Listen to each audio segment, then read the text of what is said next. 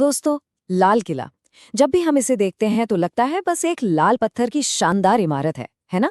पर असल में इसके अंदर लगभग 300 साल पुराना एक ऐसा इतिहास दफन है जिसने भारत की तकदीर को बनते, बिगड़ते और फिर से संवरते देखा है। आज के इस विश्लेषण में हम इसी लाल किले के सफर पर चलेंगे। इसके एकदम ग्रैंड निर्माण से लेकर उसके दर्दनाक पतन और आखिर में हमारे आधुनिक भारत के प्रतीक के रूप में इसके पुनर्जन्म तक की पूरी कहानी समझेंगे। तो चलिए शुरू करते हैं। और इस सफर को आगे बढ़ाने के लिए हमने इस विश्लेषण को इन 6 अहम हिस्सों में बांटा है। पहले लाल किले का निर्माण देखेंगे, फिर शाही दरबार और वहां का न्याय, उसके बाद मयूर सिंहासन और कोहिनूर की अकल्पनीय दौलत, फिर पतन और खून खराबे का दौर, उसके बाद अंतिम मुगल बादशाह का दुखांत और आखिर में इसका एक मॉडर्न सिंबल बनना। हम एकदम क्रोनोलॉजिकल ऑर्डर में आगे बढ़ेंगे। तो हमारा पहला पड़ाव है 1, creation of the red fort. देखिए, जब शाहजहां ने अपनी राजधानी आगरा से दिल्ली शिफ्ट करने का फैसला किया ना, तो उन्होंने शाहजहानाबाद बसाया और फिर 1639 में इस विशाल किले की नींव रखी। स्रोत बताते हैं कि इस किले का परिमाप यानी इसका पेरीमीटर लगभग 2.41 किलोमीटर के क्षेत्र में फैला हुआ है। सोचिए, 2.5 किलोमीटर का दायरा। उस जमाने के हिसाब से ये एक सच में मैसिव विजन था। और क्या आपको पता है इसका आर्किटेक्ट कौन था? वही अलौकिक आर्किटेक्ट जिन्होंने ताजमहल बनाया था, उस्ताद अहमद लाहौरी। Absolutely brilliant. और यहाँ एक और बहुत दिलचस्प चीज थी। यहाँ का छत्ता चौक, जिसे मीना बाजार भी कहा जाता था, वो विशेष रूप से शाहजहां की 2 बेटियों रोशन आरा और जहान आरा के लिए बनाया गया था। ये पूरी तरह से एक लेडीज ओनली मार्केट था, जहाँ केवल महिलाएं ही सामान खरीद और बेच सकती थीं और पुरुषों का आना बिल्कुल मना था। यहाँ जेवर और हीरे जैसे कीमती सामान बिका करते थे। आर्किटेक्चर की बात करें तो लाल किले का निर्माण किसी एक शैली तक सीमित नहीं था। यहाँ इंडो इस्लामिक डिजाइन का एक बेहतरीन सीमलेस ब्लेंड देखने को मिलता है। तथ्यों के अनुसार इस ढांचे में हिंदू और इस्लामिक डिजाइन का एक अनूठा संगम है, जहाँ बिना किसी भेदभाव के दोनों संस्कृतियों की शैलियों को जगह दी गई है। उदाहरण के तौर पर 5 धातुओं से बने रिंग्स और पत्थरों को सपोर्ट देने के लिए हाथी की सूंड यानी एलिफेंट ट्रंक के आकार का इस्तेमाल, जिसे बहुत शुभ माना जाता था। ये दिखाता है कि उस दौर की वास्तुकला कितनी प्रगतिशील और समावेशी थी। चलिए अब आगे बढ़ते हैं हमारे दूसरे हिस्से पर। 2, रॉयल कोर्ट एंड जस्टिस।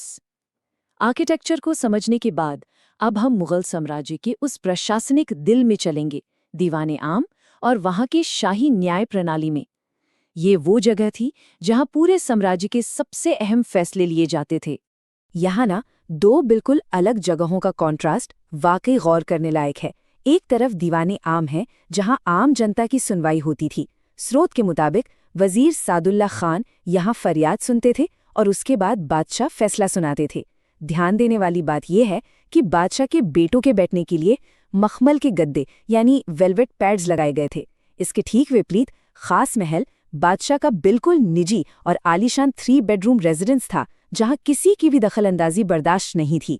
आम जनता के लिए कड़ी न्याय प्रणाली और शाही परिवार के इस निजी ऐशो आराम के बीच का अंतर साफ झलकता है। और महल के अंदर 2 और ऐसी चीजें हैं जो आपको हैरान कर देंगी। पहला, मुसम्मन बुर्ज। ये वो आलीशान बैल्कनी थी जहां से बादशाह हर रोज आम जनता को दर्शन देते थे, ताकि उनका रुतबा और जनता के बीच उनकी मौजूदगी लगातार बनी रहे। और दूसरी तरफ नहरे बेहिश्त यानी स्ट्रीम ऑफ पैराडाइज। ये महल के भीतर के तापमान को ठंडा रखने के लिए एक बेहद नायाब तकनीक थी। गर्मियों में इस जन्नत की नहर में पानी छोड़ा जाता था, जिससे पूरा किला ठंडा रहता था।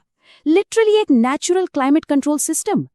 प्रशासन और महल के इन आरामदायक हिस्सों को समझने के बाद अब आते हैं तीसरे भाग पर। 3, पीकॉक थ्रोन एंड कोहिनूर, यानी ऐसी अकल्पनीय दौलत जिसका आप और हम अंदाजा भी नहीं लगा सकते। दीवाने खासी वो जगह थी जहां दुनिया के सबसे अनमोल खजाने रखे जाते थे। जरा इस आंकड़े पर गौर कीजिए, 9 करोड़ रुपए। स्रोत बताते हैं कि 1645 में तैयार हुए इस तख्ते तौस यानी पीकॉक थ्रोन को बनाने की कीमत 9 करोड़ रुपए आई थी। एक कंपैरिजन दूं, पूरा ताजमहल लगभग 1 करोड़ में बन गया था। मतलब इस थ्रोन को अकेले 9 गुना ज्यादा लागत से बनाया गया था। ये आंकड़ा मुगल साम्राज्य के बेहिसाब आलीशान आर्थिक गौरव को प्रैक्टिकली साबित कर देता है। लेकिन जानते हैं, इस दौलत की कहानी किसी थ्रिलर फिल्म से कम नहीं रही।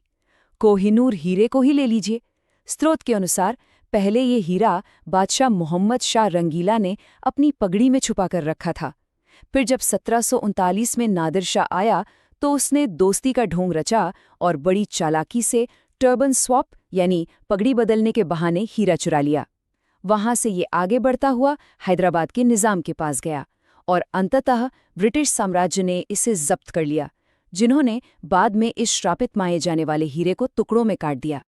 अब यहां से कहानी बिल्कुल पलट जाती है हमारे चौथे भाग में। 4. Decline, betrayal and bloodshed.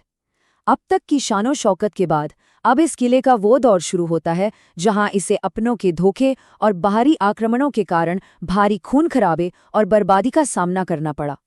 इस टाइमलाइन को देखिए, कैसे वक्त बदलता है।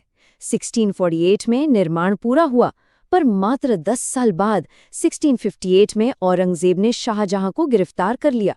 फिर 1739 में नादिर शाह का हमला होता है। 1857 का साल आता है जब ब्रिटिश आक्रमण किले पर गहरा असर डालता है और आखिर में एक लंबा संघर्ष तय करने के बाद 1947 में आती है आज़ादी। ये साल सिर्फ आंकड़े नहीं है दोस्तों, ये सत्ता के घमंड और उसके टूटने के सच्चे गवाह हैं। यहाँ इस ट्रांसफॉर्मेशन पर जरा गौर कीजिए। रंग महल एक दौर था जब ये सोने, शीशे और सफेद संगमरमर से चमकता हुआ एक आलीशान महल था। रोशनी पड़ते ही पूरा महल लिटरली जगमगा उठता था। लेकिन ब्रिटिश हमले और उनके कब्जे के बाद क्या हुआ? तथ्य बताते हैं कि इसी शानदार स्ट्रक्चर को ब्रिटिश आर्मी ने अपने रसोई घर यानी आर्मी किचन में बदल दिया। धुएं और राख से पूरी जगह काली और बर्बाद हो गई। एक आलीशान महल का स्ट्रेट अप रसोई घर बन जाना ये साम्राज्यवाद के असर को बिल्कुल साफ और कड़ी रूप में दर्शाता है। और नादिर शाह का आक्रमण तो इतिहास के सबसे डार्क चैप्टर्स में से एक है। एक निश्चित आंकड़ा यहाँ पर है, 56 दिन। स्रोत बताते हैं कि 1739 में नादिर शाह ने यहाँ लगातार 56 दिनों तक भारी कहर बरपाया, कत्ले-आम मचाया और खूब लूटपाट की। और ध्यान दीजिएगा, जाने से पहले उसने जबरदस्ती 1 करोड़ रुपए की मांग की। हम यहाँ इन तथ्यों को बिल्कुल निष्पक्ष रूप से रिपोर्ट कर रहे हैं, पर ये 56 दिन लाल किले के इतिहास में तबाही का सबसे लंबा अरसा थे। और धोखा से बाहर वालों ने नहीं दिया, अंदरूनी कलश भी उतना ही बड़ा था। तथ्यों के मुताबिक औरंगजेब ने सत्ता पाने के लिए अपने ही पिता शाहजहां को आगरा के किले में 8 साल के लिए हाउस अरेस्ट कर दिया था। बताया जाता है कि शाहजहां एक ब्लैक ताजमहल बनाना चाहते थे, जिसे रोकने के लिए ये कदम उठाया गया। और स्रोत ये भी बताते हैं कि औरंगजेब ने अपने 3 भाइयों को भी मरवा दिया था। एक मजबूत साम्राज्य के अंदर कैसे पारिवारिक दुश्मनी ने नींव खोखली करनी शुरू कर दी थी, ये उसका एक साफ उदाहरण है, जिसके बाद ही यहाँ मोती मस्जिद जैसे निर्माण हुए थे। 5वां हिस्सा 5. The last Mughal emperor.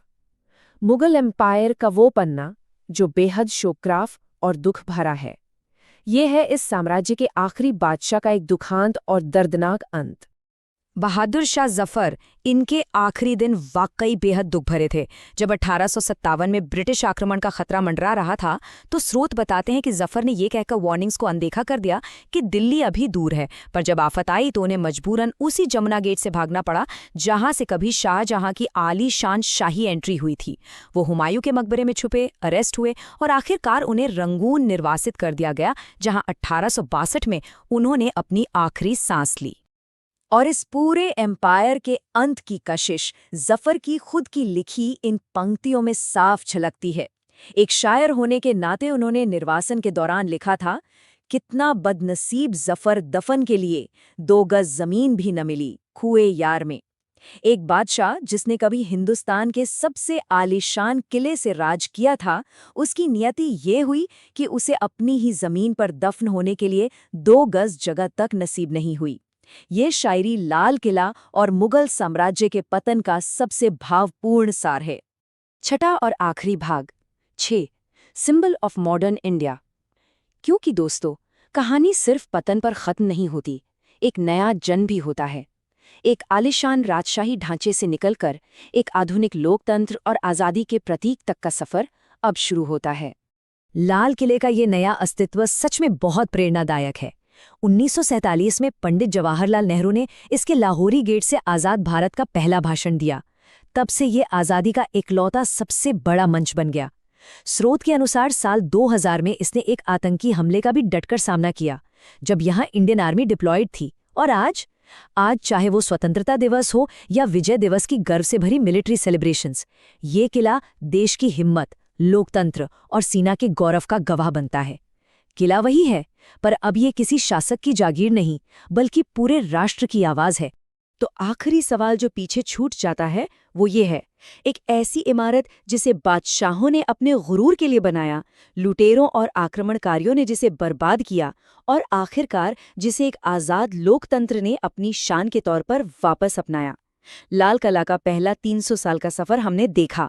अब आगे क्या? आने वाले 300 सालों में ये लाल किला किस नए इतिहास और किस बदलाव का गवाह बनेगा? इस सवाल के बारे में सोचिएगा ज़रूर। इस ऐतिहासिक सफ़र में हमारे साथ जुड़ने के लिए बहुत बहुत धन्यवाद।